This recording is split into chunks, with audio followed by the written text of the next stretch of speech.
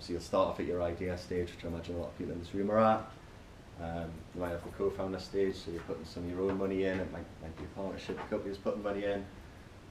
Next one's your family and friends. So if you've got the luxury of the bank and mum and dad, they sometimes might put some money into the business at the start. You've then got your seed round. There's all sorts of different incentives, so you can do SEIS or AIS, it's the Enterprise Investment Scheme. There's all sorts of tax benefits for the investors for that, which makes you, a risky startup, a lot more sort of, I might want to invest in you now because I'm going to get loads of tax breaks. So it makes it a bit more appealing.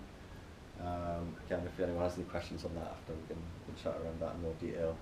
And then yeah, you'll then go for your Series A where we're talking hopefully millions, and then one day the promised land of an IPO. You will age 10 years in 1 year if you go through an IPO. That is our last slide, so like I say, we'll have left time for sort of questions and stuff. Yeah. Can I just summarise that? Brilliant time there, Nathan. We were short on time. We'd originally planned out kind of 2 hours of this, and it's kind of got constraints. So I'm very conscious we kind of focus very much on the financial aspects of this, which obviously from a podcast point of view is what that's about, but from a business plan and a deck point of view as well. So the plan and the deck obviously need to look at the whole commercial aspects of managing and growing the business, the relationships you've got. So, you know, what market research have you done? What's your marketing plan? What's your team? How are you going to develop and grow your team? What kind of other assets and resources do you need to move on? What's the competition? Where do you see yourself against the competition?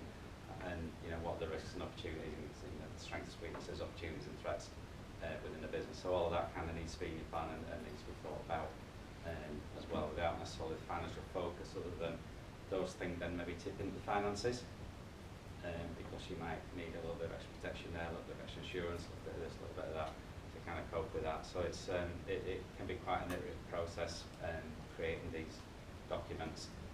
So the plan is, you know, map your ideas off on one piece of paper, because nobody can ever cope with more than one anyway. But then, you know, write yourself out some words behind this. You know, have a dozen pages, no more than that. Your deck then is what you're going to stand up and present to a potential investor. That needs to be more high level than the plan, but then you've got the plan behind it, so if they want more detail based on what's in the deck, you've got something to give them. Don't give an investor a shitload of detail, they won't look at it, they won't look beyond page 1 or page 2, it's just like you're just going to overwhelm the detail and they don't have time for that. But the key with the whole thing is, with your plan, with your financial forecasts, with your deck, with what's coming out of your mouth when you stood in front of somebody, they all need to be very, very consistent with each other. Yeah, you can't have one story over there and another story over here. They've got to be very consistent. And yeah, with an institutional investor, understand that they will expect the numbers to tell the story. The rest of the words around it are just kind of peripheral kind of thing. The story of the business is in the numbers. And once you get their money, they will expect you to properly understand the numbers and manage the numbers, and run with management accounts and have a board pack, and that they won't probably be interested in that. They just want to see you using that because that's a management tool for it. And great quote from Dr. Stephen Price, who's an investment manager up at North Star, one of the VCs we've got, who says, "I just want to know whether they run out of cash." That's it. That's the one thing he wants to know. It's not even a financial thing. It's a data.